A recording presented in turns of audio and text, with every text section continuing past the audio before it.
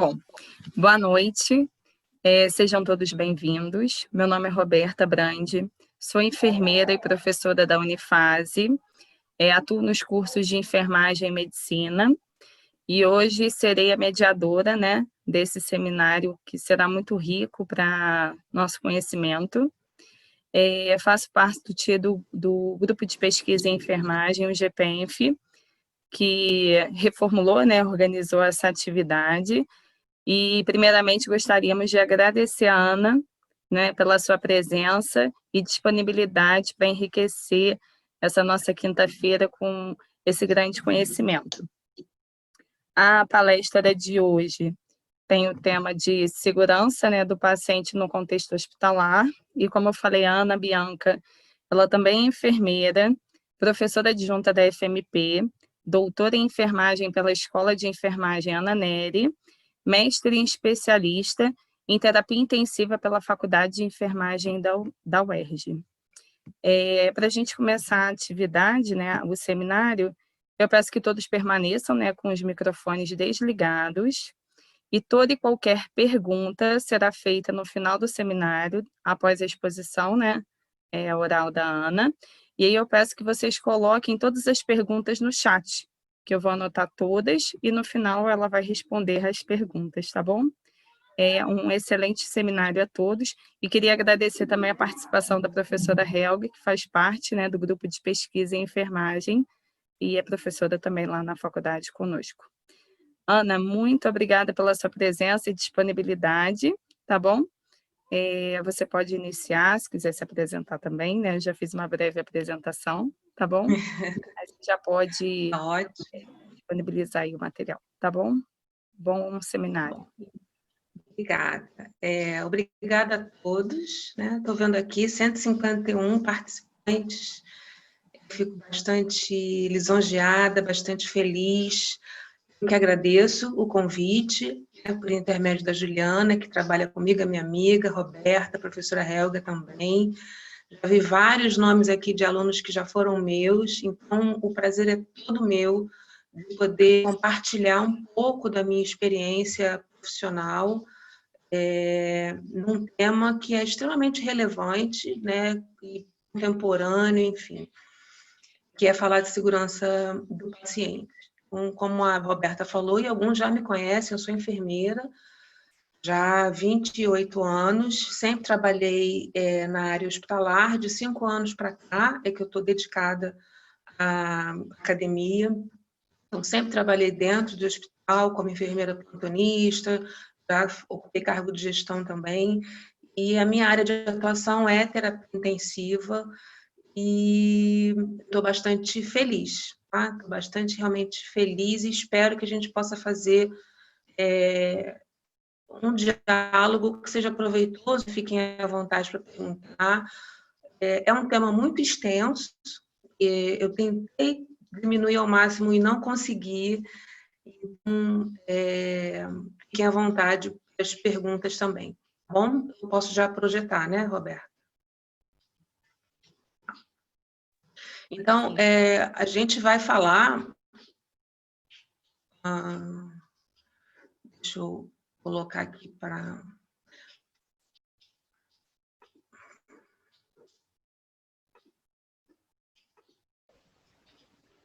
Então, o convite foi feito para falar sobre segurança do paciente. É um tema importante em todos os momentos. Nesse que a gente vive agora, não seria diferente, né? Mais ainda, eu fico pensando nos meus colegas e nos que eu não conheço também, que são profissionais da área de saúde, que estão trabalhando nesse contexto de pandemia, né? Num contexto complexo, provavelmente caótico, e espero que, enfim, a gente saia dessa o mais rápido possível, né? E melhore com uma prestação de assistência cada vez mais segura. Bom, então, falar de segurança do paciente, né, a proposta, então, é trazer princípios e práticas para a realização de uma prática segura, assistencial, E aqui a gente não vai focar, eu sou enfermeira, mas a gente está falando num contexto multiprofissional, porque implementar protocolos de segurança do paciente demanda um esforço multiprofissional, então, sem uma equipe coesa e caminhando juntas é muito difícil, não é fácil, né? Porque realmente o ambiente hospitalar, ele por si só, ele é um ambiente muito complexo. E aí, voltando para a minha prática, né, para a terapia intensiva é mais complexo ainda, a gente tem muitas variabilidades que dificultam a realização de práticas seguras. Então, eu vou falar rapidamente, né, sobre qualidade, sobre conceitos de qualidade e segurança e entrar nos protocolos mundialmente conhecidos, né, e definidos como importantes na segurança do paciente. Tá? Bom, para a Organização da Saúde, o conceito, né, de qualidade é você ter um alto nível de excelência profissional, que você possa utilizar todos os recursos, de que você leve que você consiga prestar assistência para esse paciente com o menor risco possível, né, com o mais alto grau de resolutividade e com maior satisfação para esse paciente. Onde vem esse conceito, né? Na verdade, o conceito vem da indústria e incorporou há umas 2,5 décadas para a área assistencial. E um dos precursores foi esse médico chamado Dona Bedian, que é um médico libanês, que trouxe conceitos da indústria, estrutura, processo e resultado, e incorporamos isso no serviço de saúde. Ele fez uma série de estudos sobre gestão na área hospitalar que tiveram realmente impacto nos desfechos em relação aos serviços de saúde. A gente perguntar, né, se a gente for pensar assim, 99,9% de qualidade de saúde é um bom padrão? Sim, é um bom padrão, é um excelente padrão. Tanto que a gente precisa pensar que esses 0,1% podem significar 20 mil prescrições de medicamento erradas, 500 cirurgias incorretas por semana, 15 mil quedas acidentais de recém-nascidos em hospitais por ano. Aí eu estou falando de uma determinada especificidade da prestação de assistência, mas a gente poderia estar incluindo aqui múltiplas outras possibilidades de fragilidades e práticas inseguras que a gente não alcança de excelência assistencial. Então, a pergunta que eu faço, o paciente corre risco quando ele interna? A resposta é sim. Tá? O paciente ele corre risco. O paciente ele é colocado sob risco durante uma intervenção feita para melhorar a sua saúde? Sim. É possível causar algum dano a esse paciente durante os cuidados que proporciona a ele? Sim, infelizmente sim. E por quê, gente? A gente precisa entender, já muito desde cedo, né, e aqui tem alunos, não sei se tem profissionais, mas tem muitos alunos, errar é humano. Isso não é uma premissa para que a gente execute uma prática assistencial insegura, mas a gente precisa se colocar na posição de vulnerabilidade enquanto seres que erramos, para a gente daí partir, entender as nossas fragilidades e para daí a gente partir, né, estudos que são complexos e para práticas assistenciais que levem o mínimo de risco possível ao paciente, entendendo, gente, que algumas práticas não existe risco zero, né? O próprio procedimento em si, ele tem riscos inerentes. Por que a gente está falando de erros ou práticas inseguras? Erro é uma palavra que eu não gosto muito de usar, mas a gente ainda precisa usar, porque o erro talvez denote uma certa culpabilização do profissional. Desculpa, deixa eu voltar aqui. Eu jamais quero colocar nessa perspectiva, porque aí a gente vai falar de uma outra esfera, né, que é a da intencionalidade do erro, e não é disso que a gente está falando aqui. a gente está falando de fatores que são inerentes da estrutura do sistema de saúde e que interferem no nosso desempenho, certo? Fatores que estão relacionados a nós, profissionais, né? Comportamentos que a gente aprende, a dificuldade na comunicação, desempenho aquém do que era esperado, fatores relacionados ao ambiente de trabalho, déficit de recursos materiais, de recursos humanos, falta de treinamento, alocação de profissionais sem experiência para cuidar dos pacientes, fatores externos, né, que estão fora do controle da organização, fatores econômicos, e o próprio paciente, né, porque cada paciente é um paciente. Então, eu posso cuidar de 10 pacientes com sepse ou em pós-operatórios, uma cirurgia de grande complexidade. Protocolos estão lá, mas os pacientes, eles se comportam de forma diferente. Então, a gente tem uma gama de situações que favorecem a práticas inseguras na assistência que a gente presta para o nosso paciente. Uma coisa importante que eu gostaria de ressaltar, na minha época, por exemplo, eu me formei há 28 anos atrás, a gente não estudava erro, não lidava com isso, a gente não aprendeu isso, né? Então, eu olhando para a minha história profissional, eu já cometi muitos erros, mas não cometi erros porque eu quis cometer desconhecimento e por todas essas questões aí que eu estou colocando aqui para vocês. De onde vem isso? Esse movimento, né? Vem de mais ou menos 2, quase 3 décadas, iniciou fora do Brasil, né? Principalmente nos Estados Unidos, mas muito mais um movimento reativo a uma judicialização cada vez maior nos sistemas de saúde, nos profissionais de saúde, pacientes que entravam para fazer um determinado procedimento, né? Para resolver um determinado problema, ou morriam, ou saíam com uma lesão por pressão, ou uma queda, e inúmeras outras possibilidades de eventos adversos que não tinham relação direta com o motivo da internação desse paciente. Então, a gente parte lá atrás, né, final da década de 90, para uma ação inicialmente reativa, e aí os estudos foram avançando até a gente chegar no que a gente tem hoje, que é a necessidade da gente sempre se antever, ou seja, a gente tem que estar sempre pensando à frente, para que essas situações não aconteçam. Tá? Eu gosto de colocar essa ação, né, para a gente pensar, né, essa é a teoria do queijo suíço, que se usa muito quando a gente estuda segurança do paciente, o erro na assistência. A gente convive num ambiente com falhas latentes o tempo inteiro.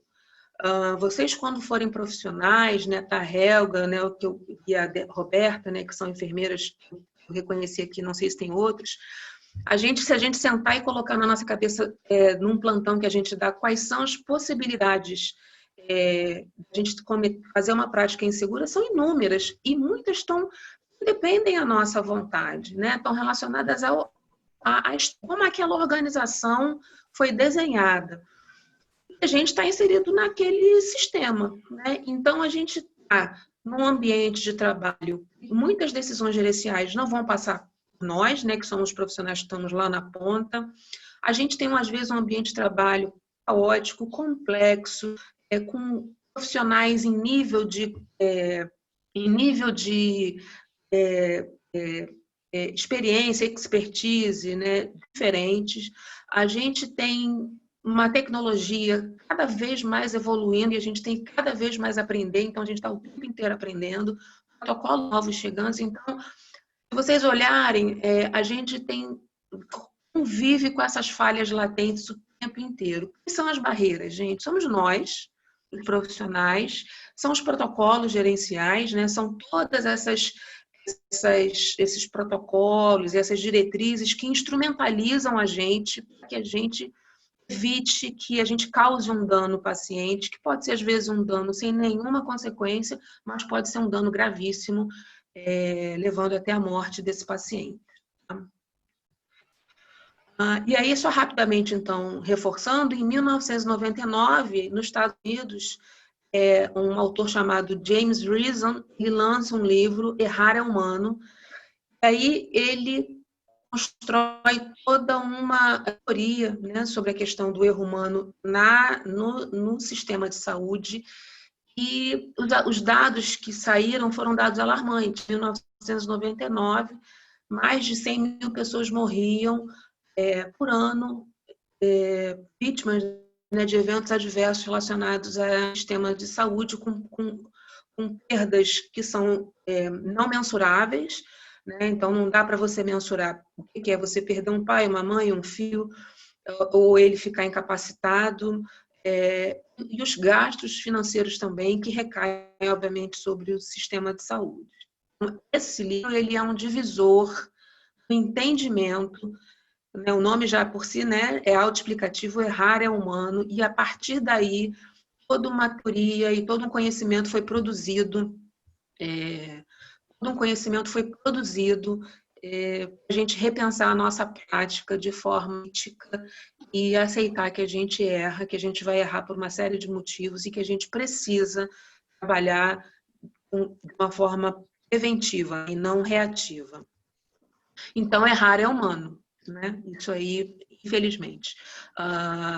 E aí, só que a gente escolheu uma profissão, na hora que se administra uma medicação na veia do paciente, isso não tem mais volta, né? Então, você pode sim não ter nenhum dano, mas a gente pode ter um dano irreparável para esse paciente. E a gente precisa, então, pensar, né, gente, num sistema que seja seguro, que tenha procedimentos, que tenha atribuições bem definidas, papéis definidos, que a gente identifique esses erros, porque a gente também só identifica se a gente fala sobre eles, se a gente notifica eles, se a gente tem uma instituição que não estimula a culpabilização do profissional, que se eu entendo que eu vou notificar diverso e eu vou ser demitido, ou meu colega vai ser demitido, ou vai ser exposto, vai ser humilhado, eu vou pensar se eu vou fazer isso ou não. Então, para a gente entender que, além só de uma questão assim, eu quero ou eu não quero, né? Então, a gente está inserido num contexto que precisa dar segurança para a gente trabalhar bem, trabalhar melhor e fazer, né, da melhor forma que a gente se preparou a vida inteira, né? Como, gente? Com vários protocolos que a gente vai ver daqui a pouquinho, né? E é aí que eu falo, né? Então, é a cultura da não culpabilização. Então, como é que a gente sabe que as coisas estão acontecendo? Porque a gente precisa estimular a notificação dessas situações, né? Com treinamento, com orientação. A gente precisa educar os pacientes que a gente está cuidando, a gente precisa ter o paciente e a família como parceiros nesse caminhar, e não como antagônicos, né? A nossa prática. A gente precisa entender que não está acima, né?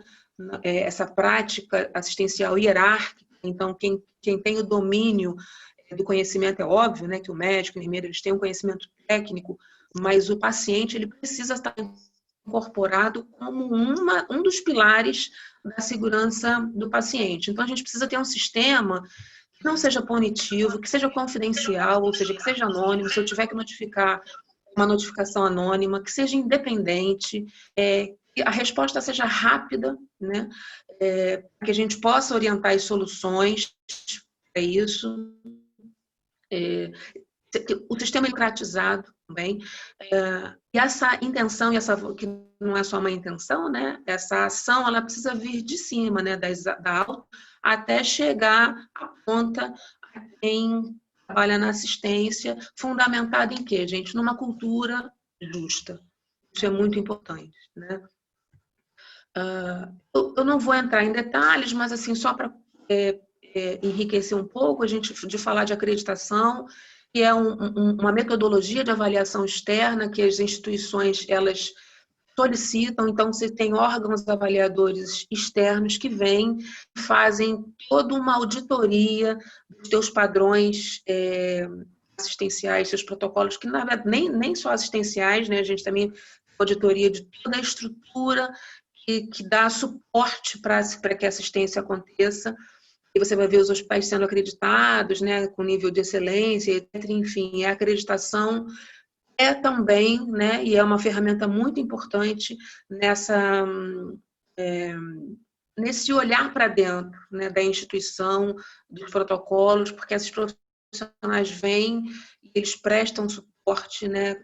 Às vezes você tem um cenário que você pode melhorar, as assistenciais que você pode melhorar, e às vezes você não sabe o caminho, porque você está muito dentro do problema, e a acreditação ela também faz isso.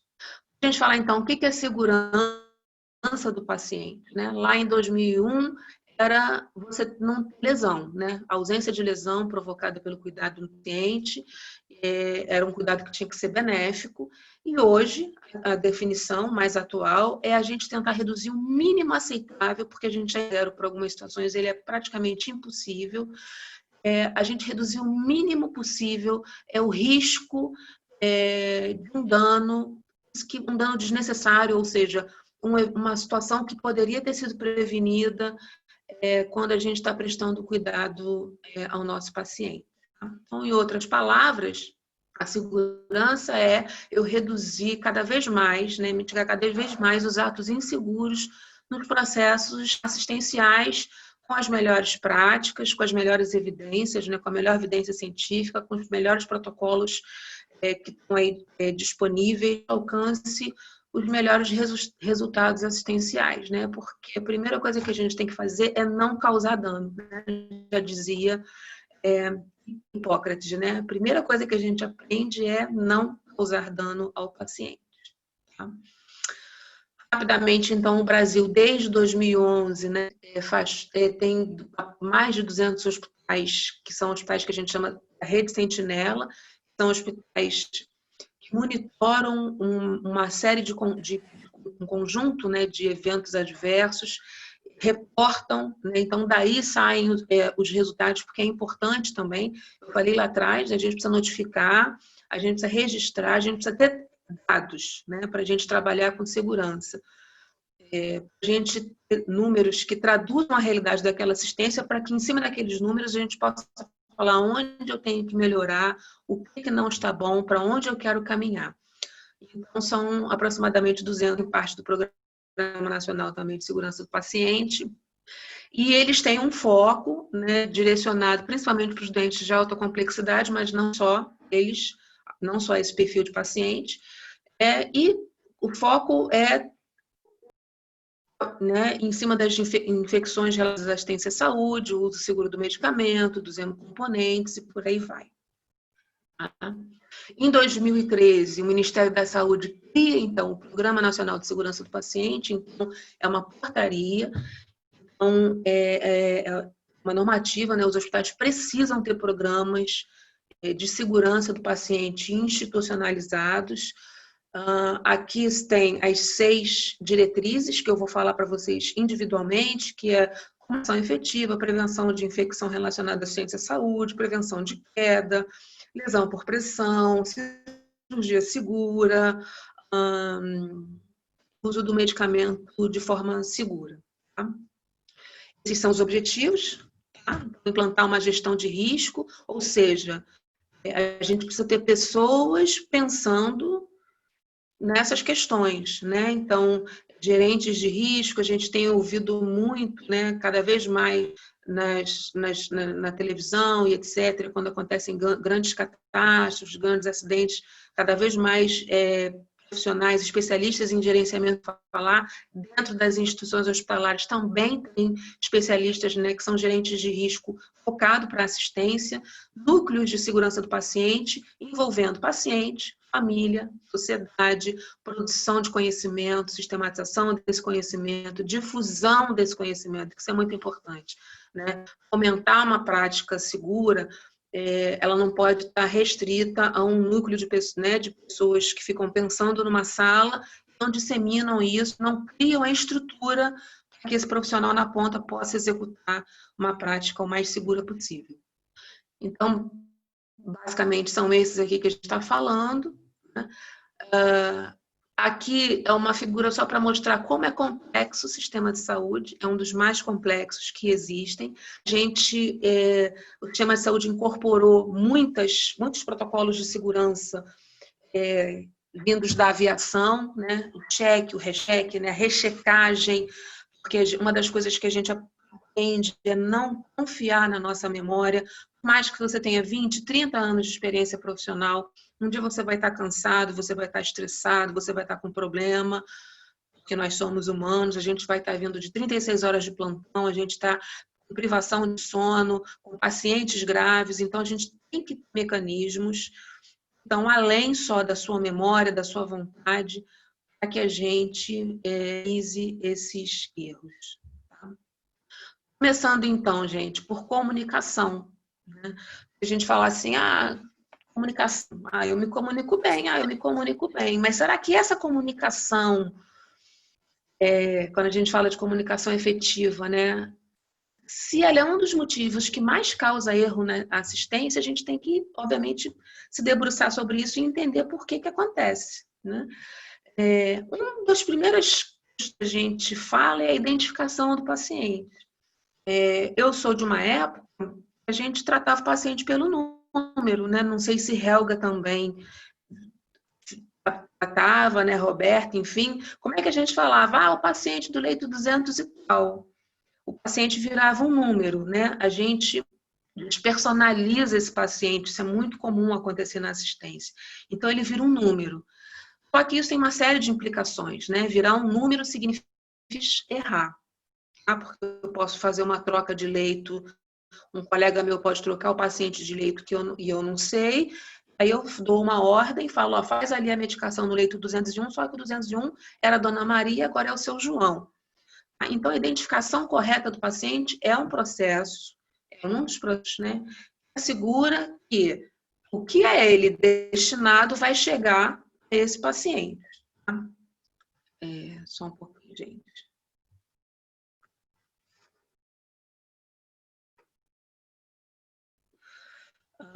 E aí é importante a gente pensar, né, nesses fatores que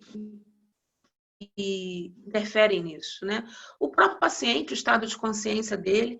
Então, às vezes, não adianta eu perguntar para ele seu nome, porque muitas vezes ele pode estar desorientado, ele pode estar em delírio, ele pode não estar se comunicando, e eu não posso usar essa ferramenta, né, como identificação do paciente, a mudança de leito e a mudança dos ambientes também. Tá? Checar esse paciente sempre que eu for fazer a identificação dele, sempre quando, Bianca, sempre que eu fizer qualquer procedimento nesse paciente, sempre. Né? Na hora que eu fizer uma medicação, na hora que eu levar ele para um exame, na hora que ele entrar no centro cirúrgico, na hora que ele está transferindo de um setor para o outro setor, em todas as situações, e principalmente as situações de transferência, na passagem de plantão, são as situações de maior vulnerabilidade. Né? Passagem de plantão, as situações de transferência são as situações de maior vulnerabilidade. Por quê, gente? Porque são situações que muitas vezes a informação se perde. Se você pensar num paciente, às vezes, que está internado 2 meses, você não vai olhar, agora a gente deveria, né, o prontuário dele inteiro cada vez que você recebe o plantão. Então, as informações principais daquele paciente precisam estar disponíveis para a equipe, para que ela tenha acesso rápido, para que ela não erre, não confunda. Tá? Como eu identifico esse paciente? Só pelo nome? Não, pelo nome, pelo menos 2 códigos identificadores, né? Nome prontuário. Algumas instituições trabalham com 3 códigos de identificação, nome prontuário e nome da mãe. Para quê, gente? Para a gente cada vez menos reduzir a possibilidade de eu ter que a prática era para ser realizada no seu João e eu fiz no seu Roberto. Então, a gente já entendeu que o número do leito não é o localizador nem o identificador do paciente. Então, se eu recebo assim, uma ligação, olha, pode descer com o paciente do leito 201 para a tomografia, que a gente já está aqui esperando ele, eu preciso confirmar. A tomografia está marcada para o paciente João Silva, número do prontuário tal, tal, tal, tal. E aí essa pessoa que está falando comigo vai ter que confirmar que é esse paciente. E mesmo assim, ele descendo, a gente vai ter que fazer a checagem novamente desse paciente. Tá? A pulseira de identificação é fundamental, né? Algumas pulseiras trabalham já com código de barra, né? Então você coloca o equipamento, né, identifica o paciente pelo código de barra, a pulseira de identificação. Então, o paciente internou, ele precisa ter uma pulseira de identificação. Essa identificação ela precisa ser padronizada, então eu não posso, em cada lugar do hospital, padronizar de uma determinada forma. Quando a gente diz padronização, a gente precisa entender que o fluxo desse paciente ao longo do percurso dele dentro do hospital vai ser com o mínimo de variabilidade possível. Atenção quando a gente recebe pacientes com o mesmo nome, né? Então, o que eu vou fazer? Eu não vou botar duas Maria de Lourdes um do lado da outra no leito, né? Pensando sempre que, gente, pode acontecer o erro, né? Essas práticas, nem sempre elas são tão fáceis assim de serem incorporadas. O que eu estou contando aqui para vocês, o que eu estou conversando aqui com vocês, são situações que são muito difíceis da gente implementar e incorporar. Implementar não é nem difícil, mas a incorporação disso no dia a dia, num cenário extremamente complexo de prática assistencial é muito difícil. Né? Então, pacientes com identidade desconhecida, pacientes comatosos, confusos, sobre o uso de medicação, ansiolítico e com o mesmo nome, a gente precisa ter um olhar diferente se eles estão internados no mesmo setor para a gente evitar o erro. Tá? Peça sempre que o paciente fale o nome dele, que possível. Né? O nome completo e a data de nascimento. Sempre verifique essa informação na pulseira de identificação. Se não tem, a gente vai lá no setor de internação e pede para fazer outra pulseira, né? Porque a gente dá banho, o paciente transpira, às vezes a identificação não fica legível, então a gente troca. Nunca suponha que o paciente está no leito correto ou que a etiqueta com o nome acima do leito está correta. Além disso, a gente tem uma identificação no leito, né? Uma placa de identificação no leito. Nunca pergunte ao paciente, você é o senhor tal? Que o paciente pode não compreender o que você está falando e, por engano, concordar com você. Lembrando sempre, de novo, né, que a gente é o guardião desse paciente. Tá? Aqui são alguns exemplos. Né? Tem a placa de identificação, que essa placa fica, às vezes, na beira do leito, né, ao lado, na parede, ou na própria cama do paciente. Onde a gente vai confirmar? Na pulseira, na prescrição do medicamento dele, no rótulo do medicamento. Em todas as situações que eu precisar fazer alguma prática no paciente, eu vou precisar identificá-lo. Aqui são as pulseirinhas de identificação, tá? E uma outra questão é da gente identificar os riscos. Por exemplo, os que são alérgicos, os pacientes que estão em precaução de contato porque tem alguma bactéria, né, algum germe multiresistente, os pacientes que têm algum risco, como risco de queda. Aqui, gente, é um exemplo. Tá? Então, por exemplo, isso é treinado e difundido em todo o hospital. Então, na hora que você está transitando no hospital e você vê, por um acaso, que o paciente está com a pulseira vermelha, aquilo ali está identificando um risco para você. E se está institucionalizado que a pulseira vermelha é alergia a medicamento, você vai saber que ele tem uma alergia a medicamento. Você precisa saber qual é a alergia? Não, mas você, por obrigação, volta ao prontuário, porque ele está te sinalizando aquela pulseira, ela é um notificador de risco, algum risco que esse paciente, né, que ele tem a mais, né? Assim como a precaução, assim como o risco de queda. Uma outra questão que a gente precisa pensar é na comunicação com a família. Aqui também, se a gente falou lá atrás, eu falei lá atrás, que a família é um dos pilares, junto com o paciente, na comunicação efetiva, quais são as dificuldades? 50% das famílias não compreendem mal o prognóstico desse paciente. Os familiares geralmente não percebem que não entendem, eles não sabem que eles não sabem. A gente não reconhece que o familiar não entendeu, então, por isso, a gente também precisa orientar a família. Né? A gente às vezes fala, mas é tão óbvio, mas o óbvio precisa ser dito. É óbvio para mim, é óbvio para você, mas a gente precisa se certificar que aquela família ela está entendendo e a gente precisa usar estratégias e linguagem que a gente adeque, que aquela família e paciente entendam que a gente, de fato, consiga fazer uma comunicação efetiva. Tá? coisas que causam problema, né? Um comportamento intimidador do profissional de saúde, né? É aquele profissional, né, que se coloca hierarquicamente acima da família e do paciente, inibe o paciente e a família de perguntar. Então, você acha que você falou tudo, mas a família não entendeu nada, mas também não perguntou por vergonha ou por medo. E a falta de assertividade da gente, né? Isso é uma comunicação de risco, a gente não ser assertivo e confirmar. O senhor entendeu? O senhor quer que eu explique novamente? Precisa haver essa interação entre equipe de saúde e família nesse sentido. Aqui, gente, é uma técnica de comunicação e a gente pensa assim, como que isso é feito? Aleatoriamente? Eu tenho que saber isso? Não, a gente é treinado para isso. A gente, na verdade, passa por um treinamento e aprende protocolos de comunicação. Tá? A comunicação ela tem que ser clara, concisa, completa e uniforme. Eu trouxe o SBAR, né, que é uma técnica de comunicação, só para a gente ter um exemplo. Né? O que é isso? Por exemplo, eu vou ligar, eu sou a enfermeira do setor e vou ligar para o médico de emergência para vir ver um paciente que tem alguma alteração do estado dele. Né? O SBAR consiste em quê? A primeira coisa, me identifico, né? Eu sou... Ana, posso só um Oi. instantinho? Por favor, quem Pode. está com o seu microfone aberto, pode, por favor, fechar o Derek? Você está com o seu microfone aberto, está alto aqui, você pode fechar, por favor?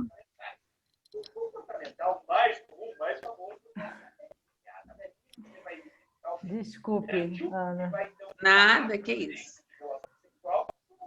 Ele continua. Eu acho que ele não percebeu ainda. Acho que não. Professora, Oi. todas as três já foram minha professora, todas respondem. Deixa eu falar, não tem nenhuma opção no Zoom que vocês possam desabilitar o áudio de todo mundo? Não, porque quem é o host é a pós-graduação, a gente não está com acesso. Eu já mandei mensagem para ela no particular.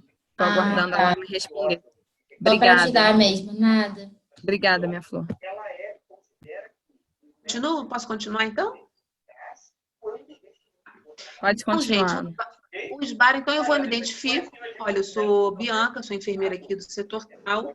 Explico a razão do chamado, o que está acontecendo.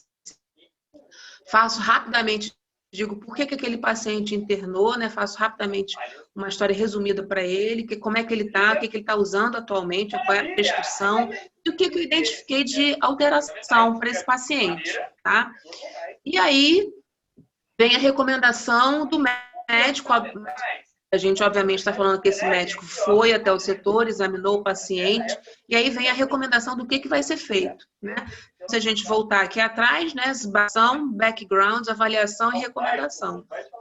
Como é que faz isso, gente? A gente é treinado para isso. A gente aprende a se comunicar assim em todas as situações, e em situações que causam vulnerabilidade na assistência. Né? Essa é uma delas, por exemplo. Né? Eu estou pedindo para um médico subir para o meu setor para avaliar um paciente. Então, eu preciso ser clara, preciso ser assertiva, preciso ser resumida e objetiva, para ele entender, né, se ele pode esperar ou se ele precisa subir imediatamente para avaliar esse paciente. Tá? O que a gente precisa pensar? A gente precisa pensar, gente, que a comunicação, ela é a comunicação adequada, efetiva, ela é uma habilidade que necessita ser desenvolvida, né? A gente precisa treinar isso. Algumas questões precisam ser padronizadas na comunicação. Comunicação adequada em situações de emergência ou conflito é uma habilidade que necessita de treinamento. Por que eu estou falando isso?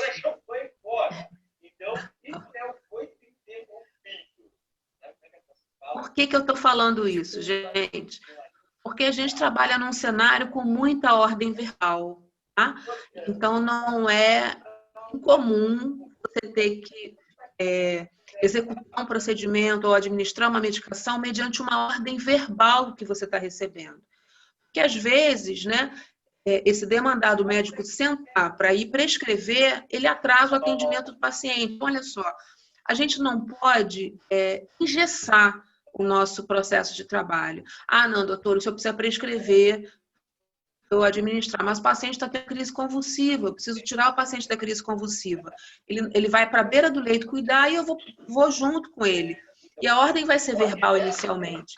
Então, eu preciso criar técnicas, Bianca, né, mas é a estrutura do serviço, precisa criar técnicas de comunicação, principalmente que contemplem essas situações de alta vulnerabilidade. Uma delas, por exemplo, é a ordem verbal. Então, ninguém nasce com talento nato para comunicação.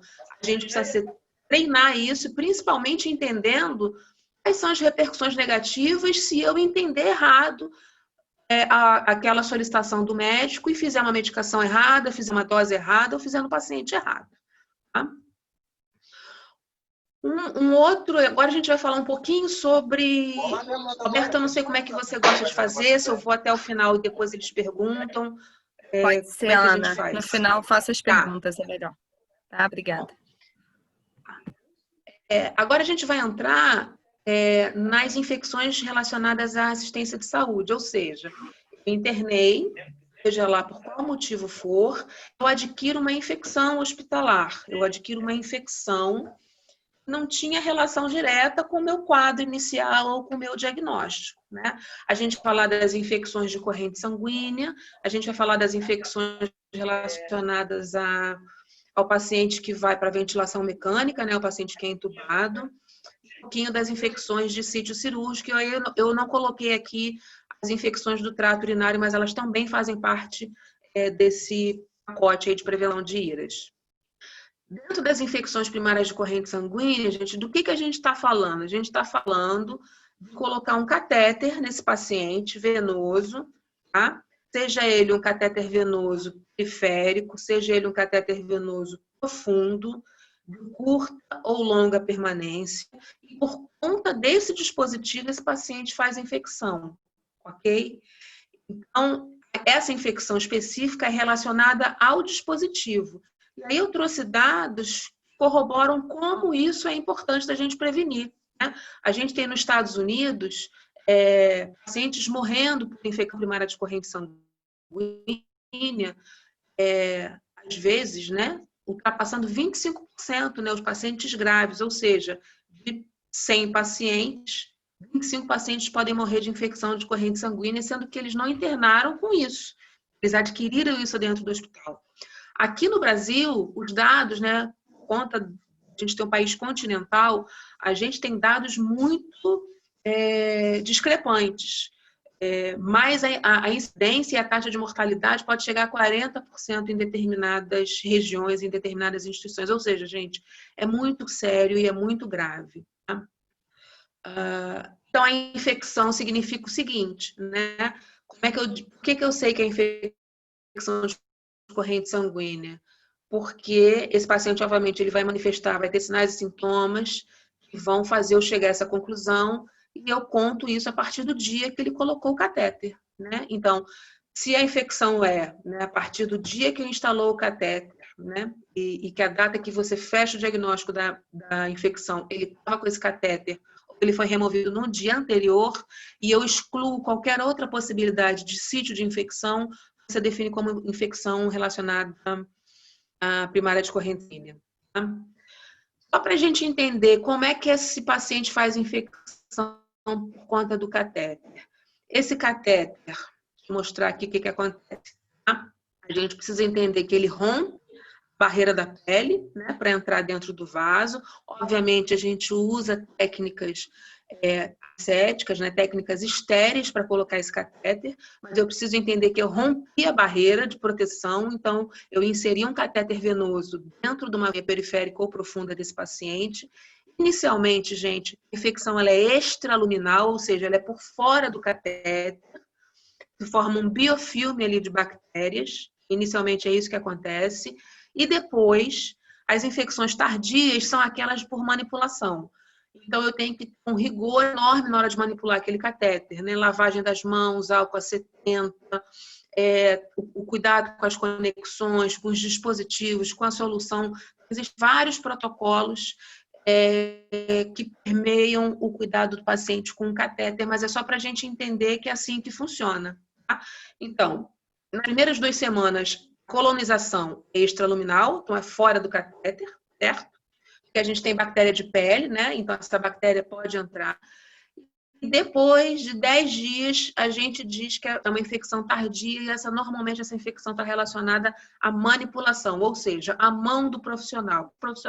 O enfermeiro, o técnico, o médico, o técnico do laboratório, quem manipula esse catéter. Tá? Então, aqui, mais uma vez, a higiene das mãos é de extrema importância na prevenção, não só da infecção relacionada a catéter, mas a todas as infecções relacionadas à assistência à saúde. Se eu vou, por exemplo, o médico vai inserir um catéter profundo num homem, né, em pelos, a gente não raspa mais com gilete, porque a raspagem também lesa a pele, né? Então, você também já está agredindo a pele, ele vai inserir um catéter numa pele que já está lisada. Então, o ideal é que a gente use esse... O nome é tricotomizador, mas ele faz a tonsura só dos pelos, né? Ele apara os pelos, ficam rentinhos, você prepara a pele, mas você não raspa a pele. Aqui eu estou mostrando para vocês um cenário de uma punção venosa profunda, né? Como é que ela tem que ser? Exatamente como vocês estão vendo, tá? Barreira que a gente chama de barreira estéril máxima. Vocês estão vendo um médico, né? Um catéter, perdão, com capote estéril, com luva estéril, com máscara, com gorro. Esse campo azul, ele cobre todo o paciente. Por quê, gente? Porque ele vai precisar dispor aquele material estéril dele em cima do paciente para ele poder manipular. Vocês estão vendo que tem um campo fenestrado. Essa fenestra é a área que ele está inserindo o catéter, que a gente já preparou a pele antes. E aquilo tudo está livre de bactérias, né, de micro-organismos. Então, uma das medidas de você prevenir esse tipo de infecção é você garantir que esse catéter foi inserido com rigor de barreira estéril, né, que consiste em gorro, máscara, avental, manga longa, o catéter, o avental, luva estéril, óculos de proteção, campo estéril grande, as médicas, né, as mulheres, né, de gorro, não pode estar com rabo de cavalo caindo o cabelo, não pode estar de brinco, ou seja, eu tenho que garantir que aquele ambiente, aquela inserção daquele dispositivo que vai entrar numa veia subclávia, vai entrar numa veia jugular, vai entrar numa veia femoral e entra em condições estéreis. Tá? O ideal, gente, hoje é a punção guiada por ultrassom. Por que isso? Observa que está tudo estéreo. Aí você me pergunta, mas e o transdutor? Ali ele está com uma camisinha estéreo também que a gente entrega para o médico. Por quê, gente? Porque na hora que ele passa o transdutor, ele identifica o vaso, evita, às vezes o paciente é difícil de punção, e evita múltiplas punções, né? O médico às vezes catuca o doente, punciona, 3, 4, 5. Quanto mais você tenta puncionar e não consegue, mais risco de infecção você tem.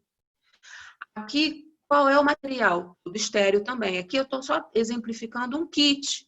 Né? Esse kit ele já vem com tudo para punção. O catéter, a seringa que a gente vai fazer, que o médico vai fazer, o botão anestésico, a seringa para punção. Muitos vêm já com fio guia, com a xilocaína, eles vêm com todo o dispositivo. Você abre aquele material estéreo para o paciente e a gente otimiza tempo, obviamente, e garante o procedimento em condições ideais.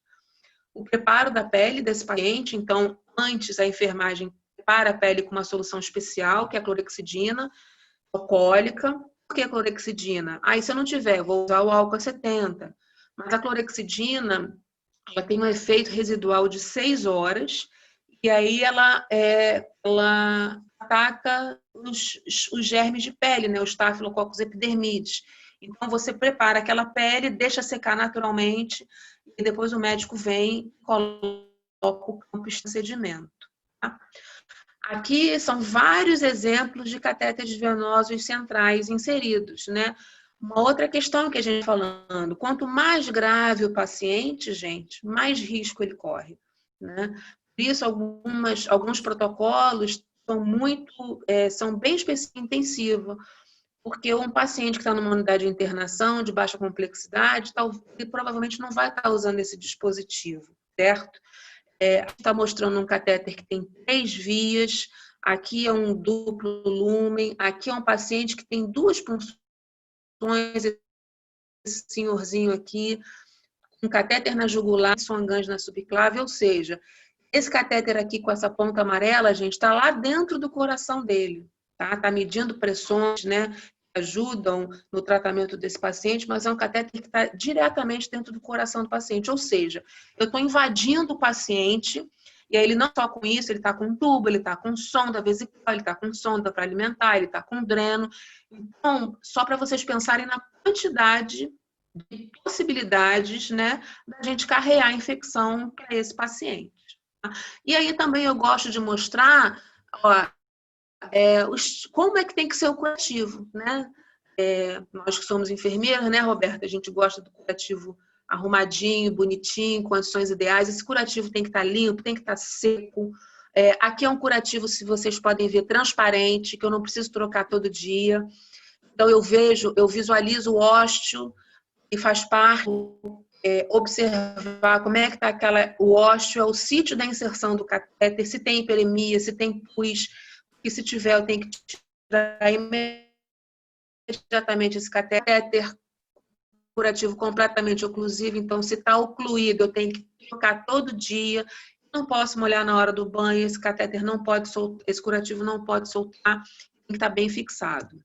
Aqui é um exemplo do que a gente não tem que fazer. É um curativo transparente, eu posso visualizar diariamente esse catéter, porém ele está muito mal colocado.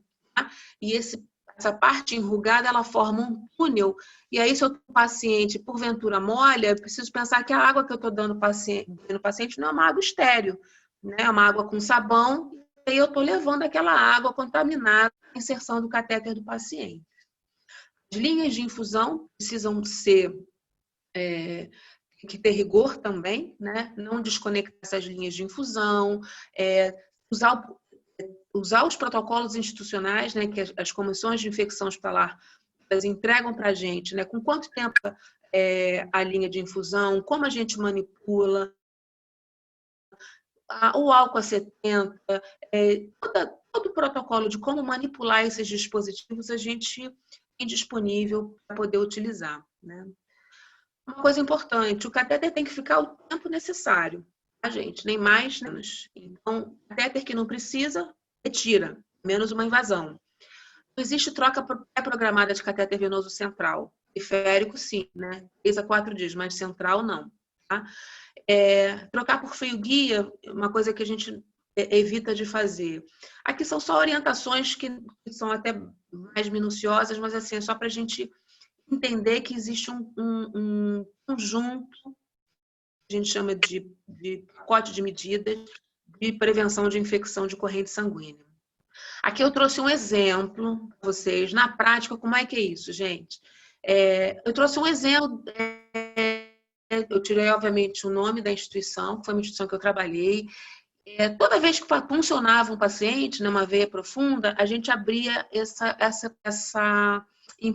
impresso ficava lá no prontuário do paciente. Tá? Então, tinham todas as informações.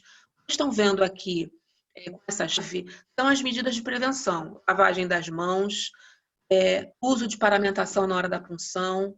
Quem está ao redor também tem que estar de máscara. A pele preparada com a clorexidina.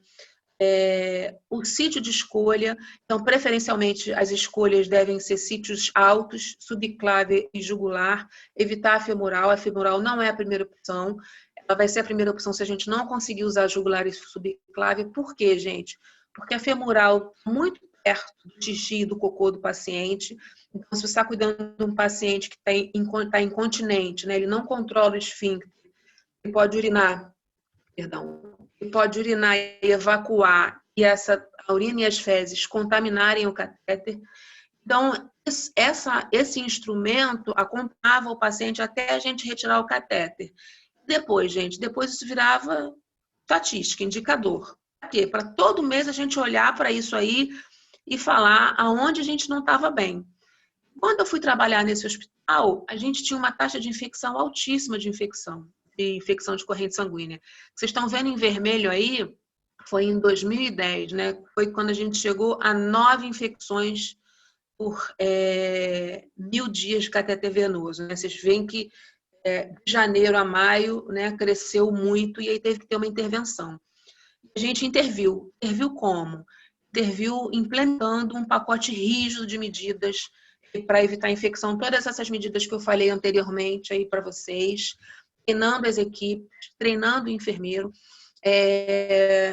trabalhando muito com o enfermeiro, porque a gente trabalhava no hospital, tinha muito leito de terapia intensiva, muito paciente grave, então a gente entendeu que o enfermeiro era o profissional que tinha que manipular aquele acesso, a gente restringiu a manipulação do acesso à mão dos enfermeiros, que era muito mais fácil treinar um grupo do que treinar um hospital inteiro. A gente não só fez isso, né? A gente deu autoridade e autonomia a esse enfermeiro, para ele interromper práticas inseguras durante a punção. Isso foi muito importante, né? A gente dá, a palavra que está na moda, né? A gente empoderou o profissional e falou, olha, isso é responsabilidade sua. Obviamente teve que dar estrutura de trabalho para esse profissional para que ele pudesse fazer isso. E treinamentos. Tá? Então, a gente fazia treinamento com simulação. Né? Aqui é um treinamento lá no setor de treinamento, né? Treinando punção venosa profunda, técnica de lavagem das mãos, quem faz o quê, qual é o papel do médico, qual é o papel do enfermeiro, qual é o papel do técnico de enfermagem, como faz a degermação, como o médico se paramenta. Tá? E do lado de fora, né? Ali dentro era a sala de treinamento, e do lado de fora vocês estão vendo os profissionais vendo tudo que estava acontecendo lá dentro e participando ativamente, né, com dúvidas e perguntas. A enfermeira dentro com um microfone e esse áudio vazava lá para fora, assim como a imagem dos profissionais em treinamento. Esse foi um treinamento bastante legal. Por que a gente fez isso? Porque é cíclico, né? O indicador melhora e piora, melhora e piora. Então, às vezes, você tem alta rotatividade de profissionais, você precisa retreinar essas pessoas, e isso se reflete nos indicadores assistenciais. Então, é um trabalho que não tem fim. Tem começo e nunca tem fim. E aí, gente, vou mostrar para vocês, né, o resultado disso. Né? A gente começou em 2010, tá? E aí a curva decrescente... A curva decrescente das infecções. A curva decrescente das infecções, por idade, alguns setores conseguindo, inclusive, zerar essas infecções. Por que é tão importante falar isso, né, gente? Lá no início eu mostrei para vocês. Às vezes ele interna para fazer, sei lá, uma cirurgia que precisa de um acesso venoso profundo, uma hérnia que complicou e precisa botar um catéter venoso profundo. Aí esse paciente ia ficar 3 dias internado, fica 10, 15, 20, porque ele faz sepse por catéter. Certo? E aí de 10 pacientes, gente, 4 podem morrer não pelo motivo da internação, eles podem morrer por conta da sepse por catéter. Daí a magnitude do problema e a importância da gente trabalhar para cada vez reduzir mais essas infecções. Um outro protocolo extremamente importante, quando a gente fala das infecções relacionadas à assistência à saúde, são as pneumonias do paciente que vai para o respirador, né? Isso é um fato, né? Grande parte desses pacientes, eles fazem pneumonia só por conta do dispositivo, né? Independente da causa da internação. Agora, quanto mais idoso, quanto mais comorbidade esse paciente tiver, quanto mais riscos associados, mais vulnerável esse é, né? Então, independente da indicação da ventilação mecânica, né, que é a intubação orotraqueal, né, o paciente, ele não consegue mais fazer sozinho, né, ele perdeu a capacidade de fazer as trocas gasosas, né, seja lá qual é a indicação da ventilação mecânica, ele está num pós-operatório de cirurgia de grande porte, ele passou por anestesia, o paciente precisa de um tubo orotraqueal que vai conectar um equipamento que vai ajudar ele na ventilação, melhorando troca gasosa, diminuindo a fadiga muscular dele, né, diminuindo o trabalho que ele precisa fazer para respirar. Aqui também eu trouxe dados, né, mostrando para vocês, né, de infecção de PAV, né, que a gente chama pneumonia associada à ventilação mecânica, e os resultados eles são diferentes, né, dependendo da UTI, as UTIs pediátricas, neurológicas, de trauma, elas têm valências e incidências diferentes. Tá? Como é que a gente define a pneumonia? A gente define essa pneumonia, obviamente, baseado em, né, dados clínicos, laboratoriais, excluindo qualquer outro sítio de infecção, e se esse paciente começou a fazer o quadro de pneumonia de 2 a 3 dias depois que ele foi para o respirador. Tá? Por que, gente, que esse paciente faz pneumonia associada à ventilação mecânica? Porque a gente quebra as barreiras também de proteção desse paciente, né? São vários os motivos, né? Aqui o tubo orotraqueal, né? Na traqueia do paciente. A gente precisa entender que a cavidade da gente é colonizada. Quando esse paciente vai para o respirador, ele perde a capacidade de deglutição, ele não engole mais sozinho a saliva dele, ele acumula a secreção, né, na orofaringe, aquela cavidade fica colonizada, cheia de germe, e essa boca, né, colonizada, por mais que esse paciente esteja com respirador, e aqui tem um dispositivo que a gente chama de cuff, né, que veda a traqueia, ela não veda completamente. Então, esse paciente, ele vai microbroncoaspirando essa secreção completamente colonizada da cavidade oral. Tá? A gente tem, então, a quebra da barreira protetora por conta do tubo, né? Então, ele fica aspirando essa cavidade oral, né? Por mais que seja muito pequenininho, porque ele está com cuff. Ele perde reflexo de tosse, ele está acamado, certo? Tem vários motivos que favorecem essa infecção. O que eu tenho que fazer, gente? Eu tenho que implementar medidas para evitar. Implementando as medidas, eu garanto 100% que eu vou evitar? Não, porque tem uma variável que é uma variável que a gente não controla, que é o comportamento do paciente, né? Como esse paciente está. Quais são as medidas principais, né? Que são, tem evidência científica, né? Que juntas elas reduzem a infecção relacionada à ventilação mecânica. O que é importante eu falar para vocês, gente? Essas medidas elas não podem ser implementadas isoladas. Tá? Então, quando a gente chama de pacote, é um combo. Eu tenho que implementar isso tudo junto para garantir a redução da infecção. Tá?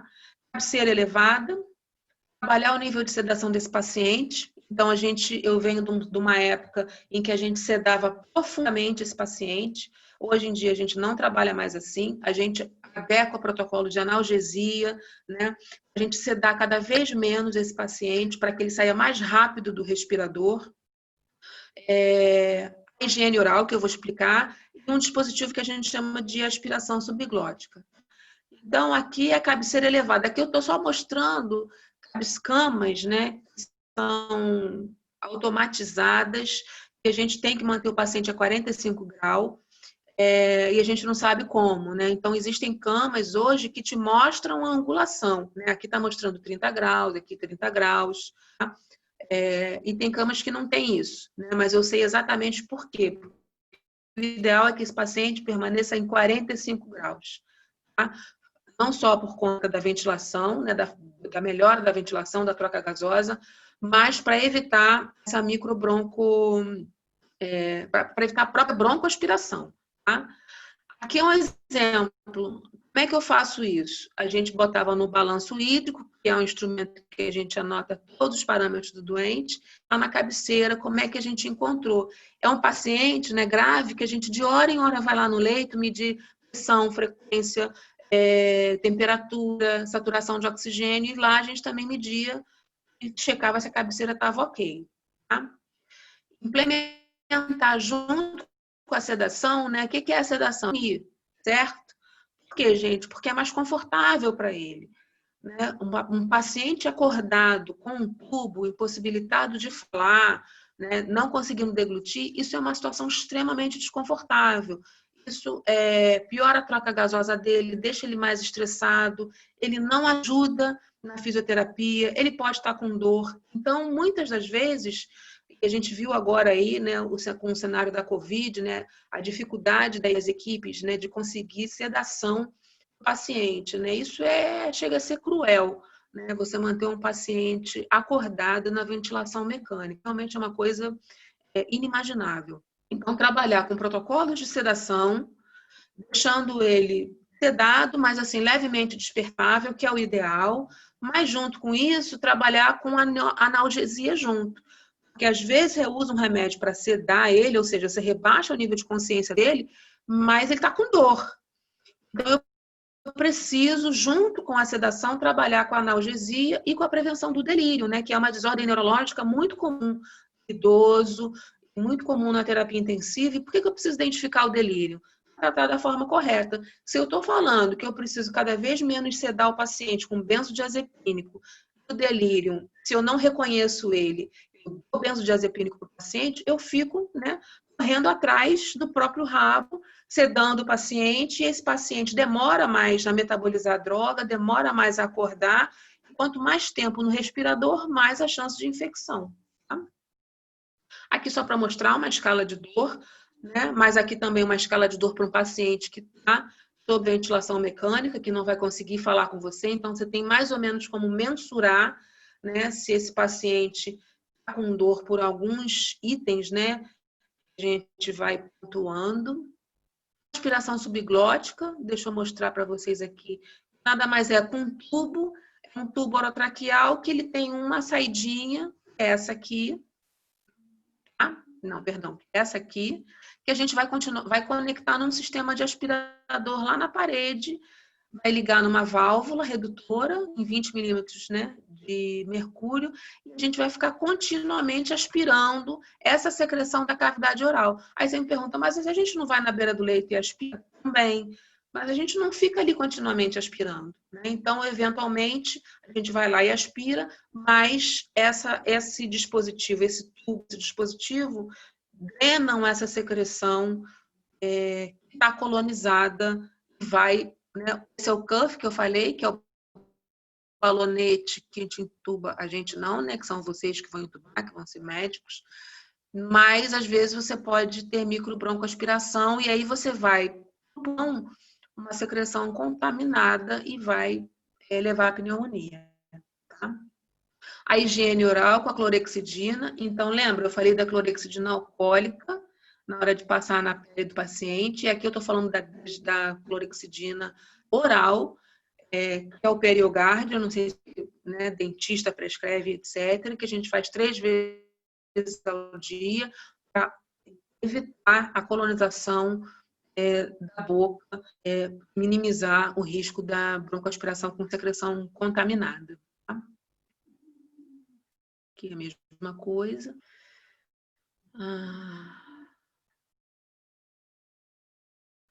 Sobre sítio cirúrgico, o que é importante a gente falar, né? Você interna para fazer um procedimento, interna para colocar uma prótese mamária, interna para fazer uma cirurgia cardíaca, interna para fazer qualquer procedimento cirúrgico e você sai do hospital com infecção relacionada à cirurgia. Tá? Então, os protocolos eles são bastante rígidos, né? São protocolos que contemplam ações no pré, durante a cirurgia, né? Ou no trânsito, no pré-operatório, no pós-operatório. Né? Os índices, né, gente, não são pequenos, então quanto mais rigor a instituição tiver, menor a chance de infecção por conta da cirurgia, mas a gente tem dados aí que vão de 3 a 20% dos procedimentos, né, infectando, né, no paciente. É uma coisa que a gente faz, né, que na verdade não é a gente, é a CCH, ela faz essa comunicação com o paciente normalmente até um mês depois, quando ele já está em casa, para ela poder checar, né, se ele ainda está, se ele está apresentando algum sinal de sintoma que tem que voltar para o hospital e investigar se ele tem infecção e se a infecção é por conta do cirúrgico. Tá? No Brasil, essas infecções, no Brasil, essas infecções, né, IRAs são infecções relacionadas à assistência à saúde. Né, são encontradas em 14 a 16% dos pacientes hospitalizados. É muita coisa, gente. Realmente é um número bastante expressivo. São esses protocolos? Antibiótico profilático, todas as cirurgias não. Então, existem cirurgias que vão precisar de antibiótico antes e durante a cirurgia e depois. Tem cirurgias que não, então é preciso respeitar esses protocolos de uso do antibiótico. Quem embasa o profissional, o médico, nessas decisões? A Comissão de Controle de Infecção Hospitalar, né? Então, você tem um protocolo para todos os tipos de cirurgia, dizendo se você vai usar antibiótico, em que momento da etapa cirúrgica você vai usar, se você vai usar no pré, no trans e no pós. Isso, a CCH dá essa informação para o profissional. De novo, a tonsura. Então, a gente hoje não dicotomiza mais, né, com aquele gilete que a gente chama. A gente apara os pelos, certo? Então, o uso de lâmina está contraindicado exatamente para a gente já não romper a barreira de proteção antes desse paciente entrar em sala. O controle da glicemia é fundamental. A gente sabe que pacientes com hiperglicemia, eles têm mais propensão à infecção. O controle da temperatura, né? A normotermia sempre que possível. A otimização da oxigenação tecidual desse paciente, o preparo desse paciente, o banho desse paciente, né? Se ele vai precisar usar banho com uma solução especial, que é uma solução desgermante. Toda a lista de verificação, né, vigilância para busca ativa de infecção, e toda a paramentação, obviamente, dentro do centro cirúrgico e todos os protocolos de dentro do centro cirúrgico para evitar a infecção. Tá? Os curativos, né, então a gente vai observar esse paciente depois, né, através de exame laboratorial, através de sinais e sintomas, através da inspeção do curativo, né, essa ferida cirúrgica tá, se tem hiperemia, se tem secreção, se tudo isso a gente precisa acompanhar. Um outro protocolo fundamental é a cirurgia segura. A gente está falando de infecção relacionada ao procedimento cirúrgico. Aqui a gente está falando de qualquer coisa que possa acontecer no centro cirúrgico que saiu dentro do planejado. Me dá um exemplo, Bianca. O paciente tem que operar a perna direita e operar a perna esquerda. A mulher entrou para operar o rim direito e operou o rim esquerdo. A mulher entrou para fazer uma cirurgia no ovário direito e saiu sem o ovário esquerdo. Né?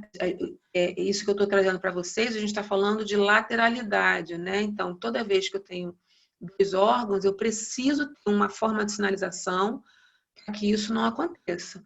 De onde eu tiro isso, gente? Das estatísticas que mostram que isso, infelizmente, acontece. Tá? Não é tão incomum como a gente pensa. Então, lá em 2007, a Organização Mundial de Saúde criou, dada a gravidade da situação, né, um programa de cirurgia segura salvam vidas. Né? E elencou uma série de ações que precisavam ser padronizadas para que a gente evitasse erros, às vezes fatais, e erros, às vezes, que não teriam mais solução depois que cometidos, né? Envolvendo quem? Todos os profissionais e toda a estrutura daquele ambiente hospitalar. A gente não está falando só do centro cirúrgico, a gente está falando de quem também dá sustentação para aquela cirurgia estar acontecendo, né? A gente precisa, então, esses são os 10 objetivos, né? A equipe opere o paciente certo, o sítio cirúrgico, a equipe tem que ter métodos conhecidos de administração.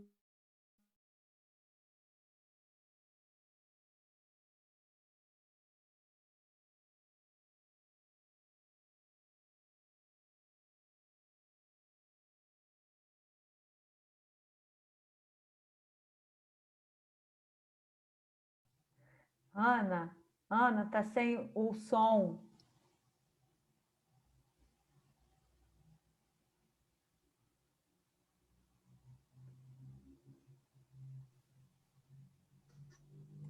Que eu mexi aqui, desculpa. Oi?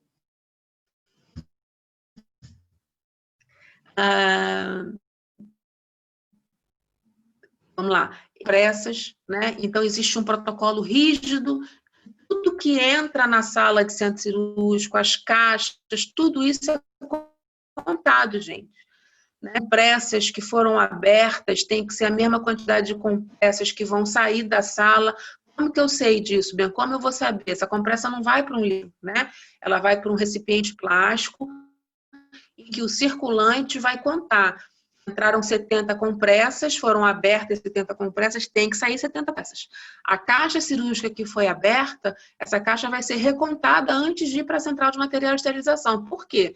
O risco de você não deixar uma compressa, uma gaze ou um instrumental dentro do paciente, né? A comunicação entre a equipe tem que ser efetiva e a gente precisa ter o tempo inteiro essas ações acontecendo de forma sistemática e vigilante. Então, gente, cirurgia segura salva a vida. Salva mesmo. Tá? E aí esse protocolo, né, essa ação contempla 3 momentos, né? Antes, que eles chamam antes da indução anestésica, antes da incisão da pele e antes do paciente sair da sala de cirúrgica, que eles chamam de sign-in, time-out e sign-out. Tá? Então, tem que checar antes da indução anestésica. Eu tenho que checar de novo lá a comunicação efetiva que eu falei com vocês, né? Confirmação do paciente, a identificação dele, o local da cirurgia, se tem lateralidade, se isso foi feito, foi marcado qual é o lado que tem que operar, se esse paciente assinou o termo de consentimento livre esclarecido, se o cirúrgico está correto, como eu falei, se teve checagem do carrinho anestésico, se o oxímetro de pulso está funcionando, se o paciente tem alergia, tem risco de via aérea difícil. Por quê? Porque o anestesista foi fazer a visita pré-anestésica, é importante ele identificar se esse paciente tem via aérea difícil, risco de broncoaspiração, se tem risco de perda de sangue, se o banco de sangue está com a reserva para esse paciente. Então, isso é antes da indução. Antes de começar a cirurgia, os profissionais, eles se identificam pelo nome, né? De novo, eles reafirmam a identificação do paciente e aí faz toda a revisão, né? Os passos críticos da cirurgia, qual a duração estimada da cirurgia, se vai ter perda sanguínea, quer dizer, perda sanguínea sempre tem, mas qual é a perda estimada? De novo, a revisão do carrinho de anestesia, toda a revisão da enfermagem relacionada ao aparato, né, para dar suporte à cirurgia, se vai precisar usar antibiótico, se os exames de imagem que o cirurgião vai precisar estão dentro da sala. E depois, antes do paciente sair da cirurgia, tá?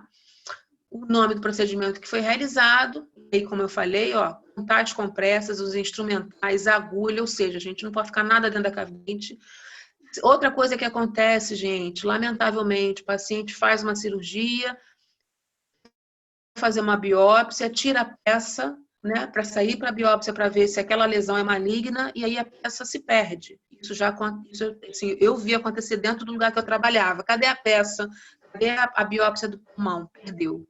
Abriu o paciente, operou o paciente, tirou um pedaço do pulmão do paciente e não tinha peça para saber se a lesão era maligna. Tá? Houve algum problema com o equipamento e, de novo, eles fazem um debriefing, né? De tudo aquilo que aconteceu, porque é ali que a gente vai identificar as falhas para a gente poder corrigir. Tá?